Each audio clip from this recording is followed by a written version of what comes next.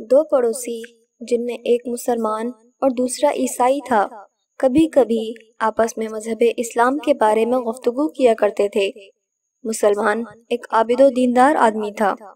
گفتگو کے دوران وہ مذہب اسلام کی اتنی تعریف کرتا تھا کہ اس کا عیسائی پڑوسی اسلام کی طرف مائل ہو گیا، اور کچھ دنوں بعد اس عیسائی نے مذہب اسلام قبول کر لیا۔ رات ڈھل چکی تھی اور سحر کا وقت تھا کہ اس تازہ مسلمان عیسائی کو ایسا محسوس ہوا کہ کوئی اس کے گھر کا دروازہ کھٹکھٹا رہا ہے۔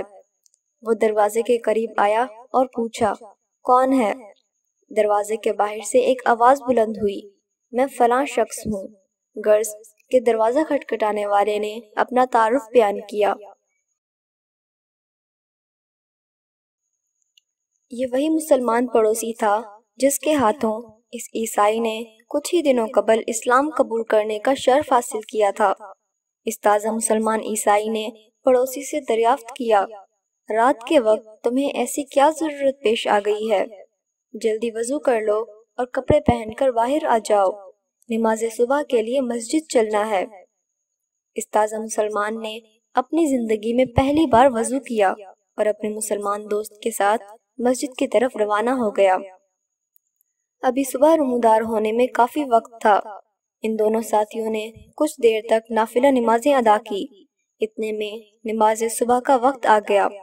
ان لوگوں نے نماز صبح ادا کی اور دعا میں مشغول ہو گئے۔ اتنی دیر میں بالکل سویرا ہو گیا، چنانچہ وہ نو مسلم عیسائی مسجد سے اٹھ کر گھر کی طرف چلا۔ اس کے مسلمان دوست نے اس سے پوچھا، کہاں جا رہے ہو؟ میں گھر واپس جا رہا ہوں۔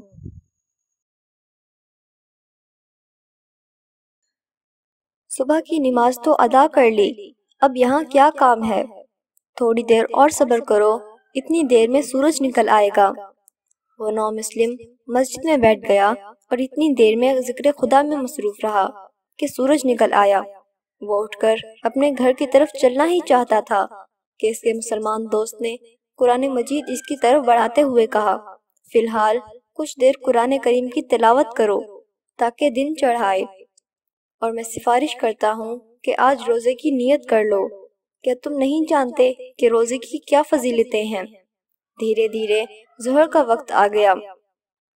اس مسلمان دوست نے کہا، تھوڑی دیر اور ٹھہر جاؤ، ظہر کا وقت آنے ہی والا ہے، نماز ظہر بھی مسجد میں ادا کر لی جائے۔ اس طرح نماز ظہر بھی ادا ہو گئی۔ اس کے بعد اس مسلمان ساتھی نے کہا،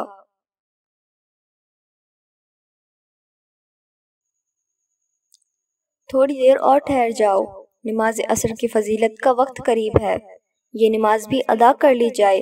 نماز عصر ختم کرنے کے بعد اس نے اپنے نو مسلم ساتھی کو مخاطب کرتے ہوئے کہا، آفتاب غروب ہونے والا ہے، تھوڑی دیر بعد نماز مغرب کا وقت آ جائے گا۔ اس نو مسلم نے نماز مغرب کے بعد گھر کی طرف جانا چاہا کہ روزہ افطار کر لے۔ اس کے مسلمان دوست نے آواز دیتے ہوئے کہا، صرف نماز عشاء باقی رہ گئی ہے، تھوڑی دیر اور ٹھہر جاؤ، 1 گھنٹے بعد نماز عشاء کا وقت ہو جائے گا۔ اس نو مسلم نے عشاء کی نماز بھی مسجد میں ادا کی اور اس کے بعد اپنے گھر واپس آ گیا۔ دوسری رات سحر کے وقت اس نو مسلم کے کان میں دروازہ کھٹکھٹانے کی آواز آئی تو اس نے دریافت کیا،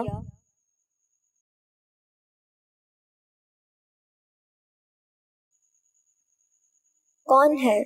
میں تیرا پڑوسی اور دوست ہوں، وضو کر لو اور کپڑے پہن کر جلدی باہر آ جاؤ، ساتھ ساتھ مسجد چل کر وہاں نماز ادا کریں گے۔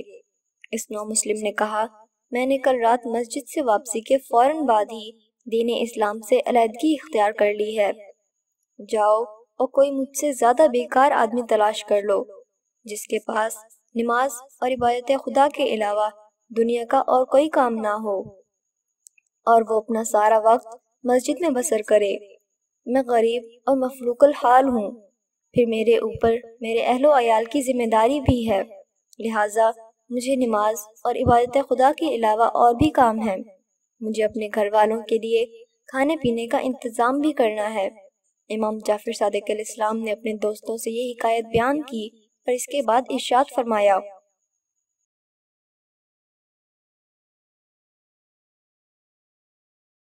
اس طرح اس شدت پسند عابد و مسلمان نے ایک غیر مسلم کو مسلمان تو بنایا، مگر اپنی شدت پسندی کی وجہ سے اس عابد نے اپنے ہی ہاتھوں سے اس نو مسلم کو دائرہ اسلام سے باہر نکالنے پر مجبور کر دیا۔ لہٰذا تم لوگوں کو ہمیشہ اس حقیقت کو مد نظر رکھنا چاہیے کہ لوگ تمہاری شدت پسندی کی وجہ سے پریشان نہ ہو جائیں، اور لوگوں کی طاقت و توانائی کو ذہن میں رکھتے ہوئے امور انجام دینا چاہیے، تاکہ لوگ زیادہ سے زیادہ دین اور اس کی خوبیوں کی طرف خود مائل ہو جائیں، اور ان کو ایسا نہ معلوم ہو کہ یہ چیز ان پر مسلط کی جا رہی ہے۔ اگر انہیں اس بات کا احساس ہو گیا تو وہ دین سے فرار اختیار کر لیں گے۔